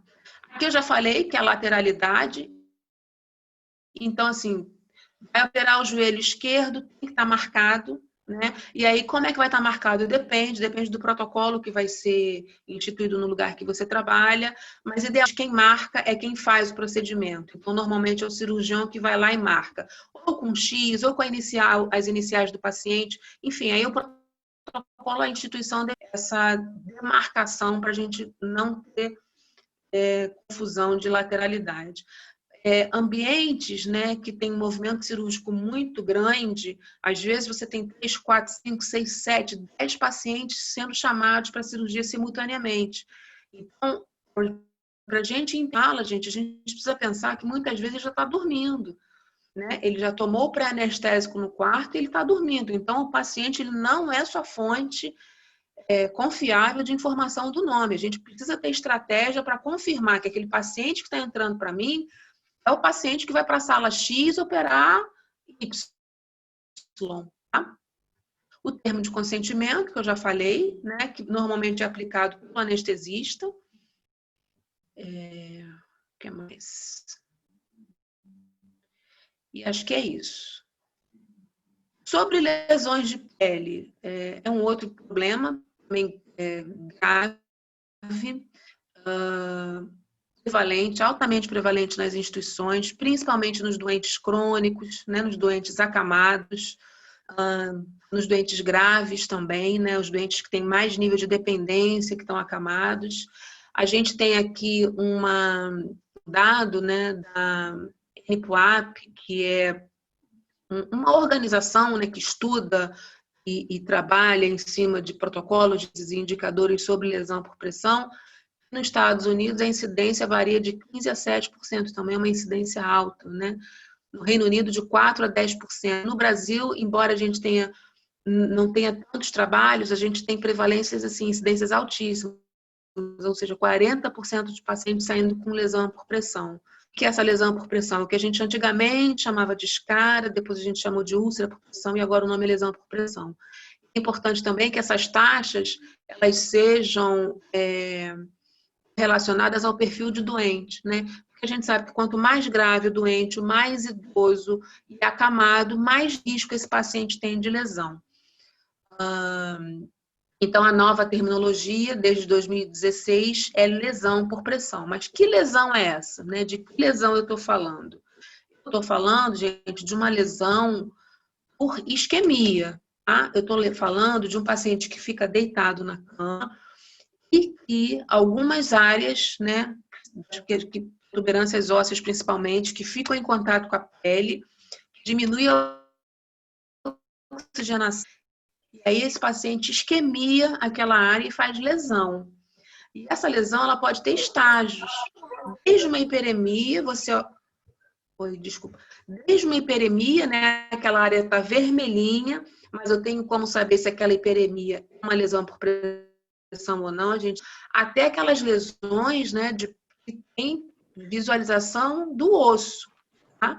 E outras classificações. Então, a gente estágio 1 ao 4 e tem lesões que são não estadiáveis e provavelmente profundas, tá? Como é que a gente monitora isso, gente? A gente precisa pescá-la para dizer o risco, né? Aqui, normalmente, no Brasil, a gente usa a Braden e a Braden-Q, né? Que é uma escala que avalia a função sensorial do paciente, a umidade, a atividade, a mobilidade, a nutrição desse paciente. A gente pontua e dá o risco para esse paciente. Então, quanto menor a pontuação, maior o risco. Quanto maior a pontuação, vocês observam que é menor o risco, e mediante esse risco a gente implementa as medidas relacionadas a quê? A hidratação da pele, a mobilização no leito, a nutrição desse paciente, a higiene desse paciente. Eu não posso arrastar o paciente na cama, né, que é uma coisa que a gente chama de fricção e cisalhamento. Então, o ideal é a gente elevar o paciente, não arrastar, porque arrastar aumenta a chance de fazer lesão por pressão. A lateralização do paciente, né, de 2 em 2 horas. Então, se é um paciente que ele está móvel, né, sedado, ele não se mexe, quem tem que fazer isso somos nós. 2 horas para um lado, para o decúbito direito, 2 horas dorsal, 2 horas esquerdo. Avaliação nutricional também, porque a gente sabe, né, que os pacientes desnutridos também têm um risco maior para lesão por pressão. Acabando. Em relação, Juliana pediu para dar corrida aqui. Em relação à queda, é um outro evento gravíssimo, que é um evento sentinela, que a gente chama. O que é evento sentinela, tá, gente? É um evento que hipótese alguma pode acontecer. A queda a gente chama de evento sentinela, né? O que é a queda? É o deslocamento não intencional do corpo para um nível inferior da posição inicial. Tá? Isso é a queda. Quem são os grupos de risco? Os idosos e as crianças e, basicamente, esses dois extremos. Né? A criança, por si só, ela é uma criança, ela está internada, ela já está com risco de queda. E o cliente idoso, né, a gente vai estratificar o risco para saber. Como eu estratifico? Existem várias escalas de estratificação, eu não vou entrar em detalhes, mas é importante que assim que esse paciente interna, mediante a escala que a instituição que eu trabalho definiu, eu estabelecer, esse paciente tem risco para queda, não tem risco para queda. Se tem risco para queda, eu tenho que implementar uma série de medidas, tá? Que são essas todas aqui, né? Esse paciente está deitado, a campanha dele para evitar que ele levante sozinho e caia. Todos os itens pessoais a gente bota do lado da cama dele, né, na mesinha de apoio ou na mesinha de alimentação. A cama normalmente a gente deixa no nível mais baixo possível, deixar a luz noturna, né, para o paciente não levantar sozinho no escuro e cair. Uso apropriado de muleta, andador, bengala, evitar usar sandália antiderrapante, evitar tapetinhos, né, tapete no quarto, tapete no banheiro, chão antiderrapante. Então, eu não vou me deter, acho que esse material vai ficar salvo para vocês, uma série de medidas que a gente implementa, mas antes disso, gente, se eu identifiquei esse paciente como risco de queda, eu vou entrar no quarto, vou fazer entrevista com ele, vou explicar para ele quais são as medidas que previnem isso dentro disso aqui que eu falei. A gente, obviamente, vai implementar um rigor na vigilância. Tá? Todo mundo é responsável. Quem entrar no quarto desse paciente é responsável. Como eu sinalizo esse risco? Eu vou entrar no quarto porque eu não sei que o paciente é risco de queda. No prontuário do paciente, eu boto que é risco de queda. No balanço hídrico do paciente, eu boto que é risco de queda. Na prescrição de enfermagem, eu boto que é risco de queda. No quadro do posto de enfermagem, eu escrevo que é risco de queda. Espera aí, tá faltando aqui um. Aqui faltou. E na identificação do paciente na porta. Tá? Perdão, foi, ó. Antes de você entrar no quarto, aqui do vigilância especial. Lá nesse lugar que eu trabalhei, vigilância especial significava que o paciente tinha risco de queda. Então, você antes de entrar no quarto, você já via qual era o risco do paciente. Tá? Gente, a terapia medicamentosa, né? Que é um dos mais importantes que realmente, em 2017, a OMS também lançou uma campanha, né, um desafio global para o uso seguro do medicamento, porque a taxa de erros na terapia medicamentosa ainda é elevadíssima, práticas mais inseguras na assistência. Tá? São os motivos? Inúmeros. Inúmeros os motivos. Tá? A gente erra porque a gente está preparando a medicação e o lugar que a gente está trabalhando está com barulho, um lugar agitado, e aí eu estou falando médico, enfermeiro, todo mundo, né? A gente está cansado, a gente não dormiu, a gente está estressado, a gente está com sobrecarga de trabalho, a gente está com pouco funcionário para trabalhar. Os motivos que levam ao erro são inúmeros, né? Desde o armazenamento dessa medicação até essa medicação de fato chegar ao paciente. Então, existem várias etapas aí que a gente pode estar errando e prevenindo esse erro, né? No Brasil, a gente tem um erro a cada 20 pedidos de medicamento. Cada paciente, pelo menos, ele tem um erro de medicação por dia de internado. Erros graves, ou seja, que matam ou que causam dano permanente? Não, mas são considerados como erros. Tá? E aí eu preciso falar como enfermeira, né? Porque somos nós que, né, de administrar a medicação. É muito comum que o erro recaia sobre nós, enfermeiros, certo? Então, a gente tem uma dupla responsabilidade aí. A gente é tanto a executora do erro quanto a pessoa que identifica o erro para não acontecer. Sendo que a gente tem estudos mostrando que a gente consegue 95% de erros que não estão relacionados ao nosso processo de trabalho, ou seja, da prescrição do médico, da dispensação e etc. Mas do processo de trabalho, o medicamento e administrar, a gente consegue embarrear menos de 5%. Então, a gente é muito vulnerável nesse sentido. Tá? Aqui só mostrando, né? Aqui em cima está lá o paciente hospitalizado, sofrendo evento adverso a medicamento ou erro. E aí, aqui estão os motivos, né? Os motivos são inúmeros. A gente pode estar elencando. E, normalmente, são motivos sistêmicos e estruturais. Aqui eu botei alguns exemplos, né? É fato, né? Uma criança recebeu leite na veia, uma criança recebeu ácido ao invés de sedativo, uma idosa morreu porque recebeu café com leite na veia, que provavelmente tinha ido na sonda. Isso é o quê, gente? Isso foi falha na barreira de segurança. Alguma coisa aconteceu que quebrou o protocolo, que esse funcionário não identificou, ou por ele por desconhecimento ou por estresse, situações que eu vou mostrar agora que deixam você confuso e aí você não para, não reflete e aí você incorre no erro. Tá? Só para trazer, então, os 11 certos, né? A gente já teve 5 certos, agora são 11. O paciente certo, a medicação certa, o aspecto da medicação, se a medicação está válida, né? Está na validade, se tem alguma incompatibilidade medicamentosa com outras drogas, o paciente tem o direito de recusar essa medicação, se o paciente foi orientado, se a gente anotou corretamente depois que administrou, se a dose está certa, se a via está certa e se a hora está certa. Aqui eu vou trazer exemplos, né? Com 2 medicações diferentes, tá? Cefotaxime e cefotaxone, ou rótulo, praticamente igual. Então, você tem que criar mecanismos visuais, identifiquem a diferença para a gente não errar, porque numa peça você pega, não lê e você administra um medicamento errado. Aqui também é a mesma coisa. Olha aqui as ampolas, né? As ampolas de eletrólitos concentrados, principalmente, precisam ter uma rotulagem diferenciada. São medicamentos também de alto risco, a gente precisa diferenciar essas ampolas. Trabalhar com dose unitária individualizada, ou seja, a dose já subconta para o paciente, evitar a enfermagem, prepare e administre a medicação em ambientes muito turbulentos, com muita interrupção, e que ela não consiga fazer as checagens e as rechecagens necessárias. Aqui é um exemplo, né, de como a medicação sobe. Ela já sobe pronta para aquele paciente já na dose correta para a administração, tá? Evitar as prescrições manuais, né? Então, a gente aqui não entende nada do que está sendo escrito aqui.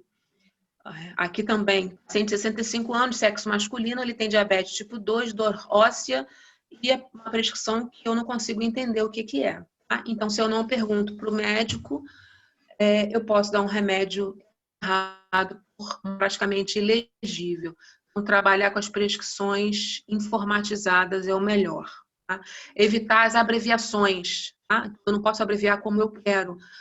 Se a instituição trabalha com abreviação, trabalhar com a padronização da instituição. O código de barra que eu falei lá atrás para vocês, lembra?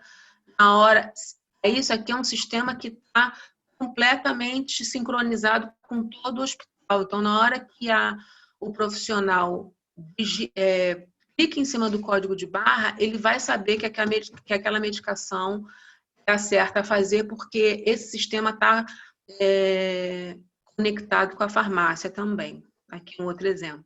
Tá? Aqui uma forma, olha que interessante, a enfermeira preparando medicação, né?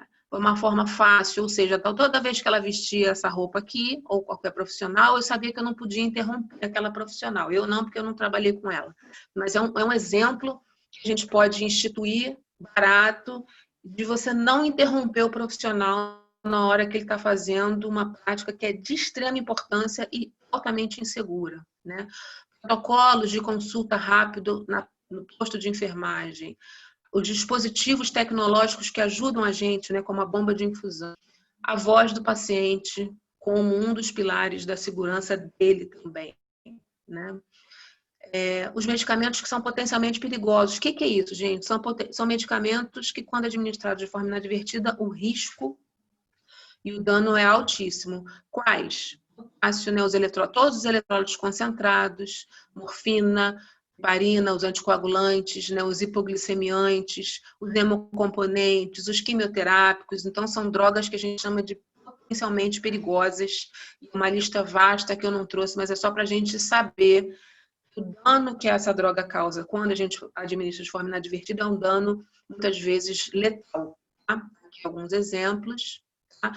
E aqui uma forma de identificação, né? Significar alguma coisa padronizada para aquele hospital. Né? Então, aqui é quimioterápico, heparina, insulina, ocitocina, administração epidural, narcótico, e por aí vai. Tá? E aqui as medicações etiquetadas. Então, uma coisa que a gente aprendeu é que o visual fixa muito. Não adianta a gente colocar protocolo, gente, com 15 páginas escritas que você não vai ter tempo para ler. Mas o visual, né, e a identificação por cores, isso é um grande facilitador. Tá? Ó, eletrólitos concentrados. O medicamento pode ser fatal se infundido sem diluir. Isso está escrito no rótulo do medicamento. Medicamentos que se parecem com e têm som parecidos, né? Look alike, sound alike. Também evitar, né, que esses medicamentos fiquem no mesmo lugar para você não errar. Ó, aqui o famoso Berotec e Atrovent, igualzinho, tá? Até faz junto numa nebulização, mas com dosagens completamente diferentes. Aqui um outro exemplo, né? Uma droga com apresentação idêntica praticamente, sendo que uma é IV e a outra é IM. Aqui, ó, Canaquion, que é vitamina K pediátrico, e o Canaquion adulto. Olha a dosagem. 2 miligramas em 0,2 ml, aqui 1 miligrama tem 10 miligramas. Imagina se eu troco isso e faço numa criança. Eu posso perder essa criança. Aqui uma forma de identificar no posto, né, no carrinho de medicamentos. Como eu identifico esses medicamentos no posto de enfermagem? Como eu armazeno no posto de enfermagem para facilitar a vida do profissional, evitar o erro. Tá? Esses são os motivos, né? Fadiga, pressão, ambientes de alta pressão, que é onde a gente trabalha, né? De alta variabilidade, de alta pressão, de muita alteração do quadro clínico do paciente. Por fim, gente, só rapidinho, dentro ainda da terapia medicamentosa, a reconciliação medicamentosa. O que é isso, gente? É na hora que eu recebo o paciente, eu fazer todo o levantamento do que ele usa, do que vai ser mantido, do que vai ser retirado, orientar esse paciente, acompanhar esse processo desde da internação até a alta, para a gente não ter erros, porque muitos pacientes crônicos, principalmente, levam os medicamentos para casa, da casa para o hospital. Então, se eu não falo para ele que ele não vai mais usar o Capotem dele, pode ser que eu esteja dando o Capotem do hospital e ele está tomando o Capotem também. Então, esse é uma rotina, né, de conciliar e reconciliar. Toda vez que a gente transfere o paciente, né, da alta internação e transfere ele, a gente reconcilia. Toda vez que a medicação é alterada, a gente também reconcilia e reorienta o paciente. Tá? Que é só um exemplo de uma medicação, de uma prescrição que foi reconciliada, né? A farmacêutica corrige provavelmente doses que estavam escritas não de acordo com o que deveriam. Aqui as estratégias para redução dos erros, que é importante. Então, a gente vai ver que aqui o indivíduo que não está em primeiro, né? A gente está falando de funções que são, ou seja, de definição de função, segurança, de automação, de reparação do erro, de padronização, de regras e políticas rígidas, né? E claras, né? Trabalhar com muita clareza, com muita honestidade, educação, informação e ter cautela. Não sei, eu pergunto. Tá? Isso aumenta a confiabilidade humana e aumenta a confiabilidade no sistema também. E é isso, gente. Desculpa, eu sei que o material ficou enorme. Deixa eu fechar aqui esse share. Ana. Oi. Excelente arguição, foi muito boa a sua palestra, né? Então, gostaria primeiro de agradecer em nome do GPENF, em nome da Unifase, né, pela sua disponibilidade e excelente explanação, né, acerca de segurança do paciente. É um tema que eu gosto muito, sou enfermeira também intensivista, então é algo que eu gosto muito de... É o que a gente gosta de falar, né? É verdade. E que é um tema extremamente importante e pertinente para a nossa prática profissional, né? Então, acho super bacana para os futuros profissionais aí ouvirem um pouquinho sobre essa sua experiência e sobre a importância desse tema tão importante. Eu tenho aqui algumas perguntas dos participantes. Eu vou fazer aqui para você, que aí você, né, pode responder com mais facilidade. A Manu Soares perguntou se, caso chegando, né, em relação à questão da identificação do paciente, que a gente sabe que é extremamente importante, né, para a segurança dele, chegando um paciente indigente na unidade de emergência, unidade de terapia intensiva, como é possível fazer algo, né, para evitar algum tipo de erro na identificação desse paciente indigente? Esse paciente não tem uma identificação, quem paciente indigente, chegou acidentado, não tem nenhuma identificação, teve um mal súbito na rua, foi levado pelo corpo de bombeiros, ou alguém passou, levou, e não tem nenhuma informação desse paciente. Aí é a Manuela, né? A Manuela, Isso, Manuela, Manu, depende de como o hospital ele vai trabalhar com essas situações. Obviamente, ele vai ter que ter uma diretriz para isso, porque isso acontece, né? Se você trabalha, às vezes, num ambiente que tem uma emergência, um hospital geral com uma emergência porta aberta, você não vai usar um nome, porque ele não tem um nome, mas você vai usar alguma forma de identificação. Provavelmente vai ser o número do prontuário dele que vai ser gerado, tá? Vai ser o número do prontuário que a gente vai gerar, vai ter que criar mais alguma forma de identificação, não um nome, até a gente conseguir identificar esse paciente. Mas, em princípio, a identificação dele é o prontuário, é o registro que é gerado, é o número que é gerado assim que esse paciente interna. E talvez mais alguma outra identificação que a instituição entenda vai padronizar para essas situações. Porque talvez, por exemplo, o Souza Guiar, né, que mora no Rio, Miguel Couto, essas grandes emergências, elas devem trabalhar muito com isso, né? Receber pacientes que não estão falando por algum motivo e a gente está sem identificação. E não precisa nem ser um indigente, né? Às vezes um acidentado que está sem uma identificação, o SAMU pega, leva para o hospital e até você identificar. Então, o prontuário com certeza vai ser a identificação inicial dele e talvez mais algum outro que aí a instituição tem que pensar como vai fazer para criar um número, mas com certeza o prontuário vai ser a primeira identificação dele.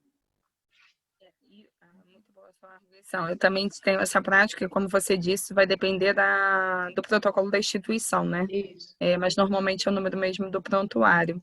O Samuel também está perguntando a quem cabe, né, estar monitorizando os pacientes, né, para minimizar o erro na prática profissional.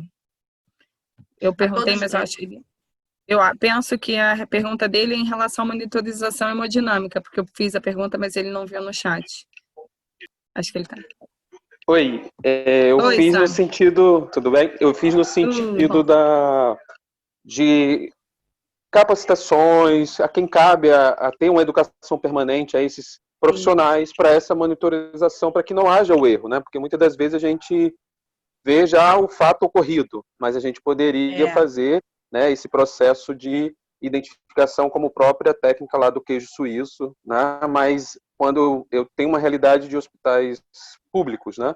E isso a gente vê que o profissional, muitas das vezes eu vejo que tem que ter um profissional ali, mas às vezes não identifica que aquele profissional está capacitado. Não quer dizer que ele tenha o diploma e ele tenha que atuar ali, mas eu acho que a quem cabe, né? Essa gestão, essa monitorização ou supervisão, né? Eu acho que é melhor o termo. Sâmio, olha só, cabe a todo mundo, né? Mas, assim, a gente trabalha, é um ambiente que tem múltiplos profissionais e cada equipe tem a sua liderança, a sua gestão, certo? Então, cada equipe, enfermagem, médico, nutrição, serviço social, o serviço de limpeza, laboratório, ou seja, todos os serviços, eles têm os seus gestores, tem que estar se falando com a gestão da instituição e trabalhando juntos. Mas, assim, a responsabilidade é de todo mundo, né? Eu costumo dizer, todo mundo é responsável por todo mundo. Mas você está falando assim, se eu entro numa instituição, por exemplo, vamos dar um exemplo bem prático agora do cenário da Covid-19, né? O que a gente viu de relato foram profissionais sendo convocados, que se prontificaram aí, mas que foram convocados para trabalhar em terapia intensiva sem conhecimento. Esse é o pior cenário que você pode ter, porque quem estava ensinando a ele, né, é o que a gente costuma chamar de tocar a roda do carro com o carro andando a 100 km por hora. Então, você provavelmente tinha profissionais ali mais antigos, experientes, tendo que dar conta de cuidar daqueles pacientes graves e orientar, ensinar e treinar simultaneamente, fazendo os profissionais inexperientes. Então, o ideal é que o profissional ele tenha já experiência onde ele está indo, né? Então, vamos pensar nas unidades de maior complexidade, onde estão os pacientes mais graves, né?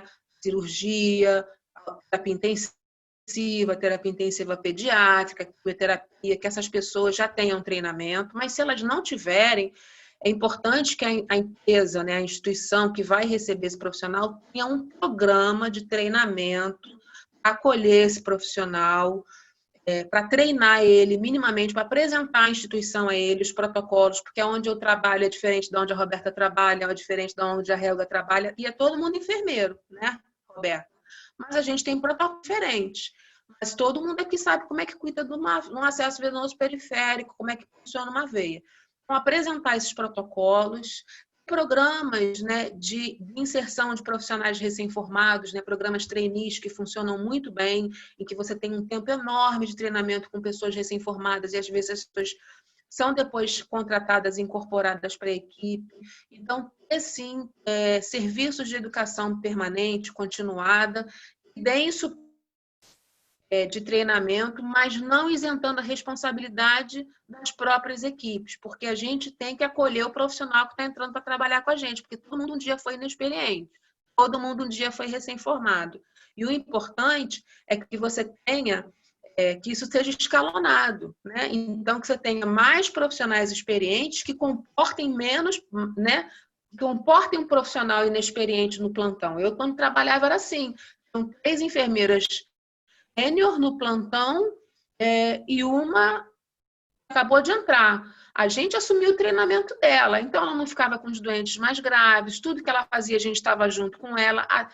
É importante a gente falar que, assim, pensando em terapia intensiva, um profissional leva no mínimo 1 ano para ele se ambientar ali no sistema e 5 anos para ele dominar aquela estrutura de serviço. Então, não é fácil. Então, a educação permanente, educação continuada, gestão focada em pessoas, né? Não é só em máquina, em equipamento, a gente precisa ter gestão focada em pessoas, alocar o funcionário no lugar que ele gostaria de trabalhar, porque tem a gente não é bom em tudo. Então, se eu gosto de CTI, é CTI, se eu gosto de emergência, é emergência. Evitar esses remanejamentos de profissionais para áreas que eles nunca trabalharam. Então, de fato, as instituições trabalham, né, com serviços, né, formais de treinamento, de educação permanente, continuada, médico, enfermeiro, assim, a gente cada vez tem que brigar para que continue, né? Para que tenha. E uma coisa sempre que eu falo também, Ana, para complementar, é que nós, enquanto profissionais, quando não temos certeza ou segurança na atividade ou na execução de um cuidado, é ter humildade de perguntar a alguém que saiba fazer, né? Tirar nossas dúvidas antes de executar o cuidado, porque isso é de extrema importância, porque a gente não temos todos os conhecimentos necessários para todas as práticas, né? Então é importante a gente ter humildade sempre para poder aprender com quem sabe, né? Uma coisa também, né, gente, que eu falei lá no início, né? Esse achatamento da hierarquia quer dizer o quê, né, gente? Quando você trabalha num ambiente muito intimidador, que você tem vergonha de perguntar, porque o cara vai falar assim, tu é burra, tu não sabe isso. Isso dificulta demais a troca e o esclarecimento da dúvida. Tá? Então, cada vez mais a gente tem que ter de pessoas, né, focada em pessoas. Porque nós não somos máquinas que estamos cuidando de pessoas, nós somos pessoas cuidando de pessoas. Então, a gente tem crise, a gente, né, tá doente, a gente tem problema de família, e um dia trabalhar, certo? E se a gente entra num ambiente extremamente hierárquico, né, onde as pessoas, né, que são as mais experientes, estabelecem uma distância enorme daquela pessoa que está chegando agora, você não vai perguntar, certo? E aí a gente cai num grave problema. Pode ser que a gente faça sem saber. Então, gente, na dúvida, não faz. Na dúvida, não faz. Eu quantas vezes estava preparando uma medicação, Novalgina, e alguém me interrompeu, eu respondi, voltei, já não sabia se eu tinha preparado a Novalgina, tinha jogado a ampola no descarte, abri outra Novalgina de novo. Na dúvida, não faz. Porque A gente falou muito aqui de erro, a palestra ficou imensa, mas a gente não falou de uma coisa mãe, né? Do impacto do erro no profissional de saúde, porque ninguém levanta de manhã para trabalhar para matar doente, prejudicar doente, fazer remédio errado. A gente tem estudos mostrando, né, profissionais que abandonam a profissão, profissionais que entram em depressão, profissionais que se matam, né, se suicidam, que cometeram um erro gravíssimo e irreversível. Né? Essa história da menina de São Paulo é uma história bem antiga, a menina que fez vaselina na veia de uma criança, é uma história clássica, era uma técnica de enfermagem recém-formada, foi colocada na emergência pediátrica, ou seja, um ambiente altamente especializado. O frasco de vaselina era exatamente igual ao frasco de soro, ela tinha que fazer na criança, ela não leu e fez vaselina, a criança morreu de embolia. Essa funcionária foi penalizada, né, o Corém de São Paulo, enfim, e infelizmente essa funcionária se suicidou. Uma jovem técnica de enfermagem, ela se matou. Então, a gente não abordou aqui o outro lado da moeda, né? Que é a repercussão desses ambientes de trabalho na nossa saúde física e mental, né? No burnout, na depressão, etc. Então, a gente precisa falar sobre isso também. E se a gente tem ambientes de trabalho muito hostis, né? A gente não fala, a gente não pergunta, a gente não tira dúvida, porque as pessoas estão muito ocupadas, ninguém pode responder, a informação não está acessível. E aí você aprende como? Né? Você aprende sozinho, muitas vezes você vai aprender errado. Né? Então é importante que a gente tenha uma gestão de pessoas, né? Voltada para pessoas. Isso é fundamental. Ótimo, isso aí, Ana. A gente compartilha do mesmo pensamento. Bom, gostaria de agradecer, infelizmente nosso tempo, né, está acabando, mas se Deus quiser teremos outras oportunidades para discutir outros temas tão relevantes, né, como esse. Mais uma vez, em nome do GPENF, eu gostaria de agradecer a você, a presença da Régua, Eu dos outros agradeço professores, né, e agradecer a todo mundo que esteve aqui conosco, né, nesse momento de aprendizado. Muito obrigados a todos e encerramos, né, aqui o nosso seminário. Tá bom, Ana? Muito obrigada. Obrigada a vocês, obrigada a todos. Foi incrível, eu adorei ver aqui. Não vi as carinhas, mas vi os nomes de vários alunos que passaram por mim. Obrigada, Helga. Obrigada, Roberta. E a gente precisa compartilhar o nosso conhecimento, as nossas experiências, as nossas fragilidades, os nossos medos, porque é assim que a gente cresce, né? A gente não é detentor do saber, e quando a gente mais trabalha, mais a gente vê que a gente não sabe, a gente precisa dar a mão para os jovens, porque um dia a gente também foi assim, e a gente tem que compartilhar, né? Ter generosidade, quem já teve também com a gente. E qualquer dúvida, eu estou aqui também. O que vocês precisarem, eu adorei. Obrigada. Obrigada, gente. Tchau, gente. Boa noite. Muito obrigada pela presença. Obrigadão. Valeu.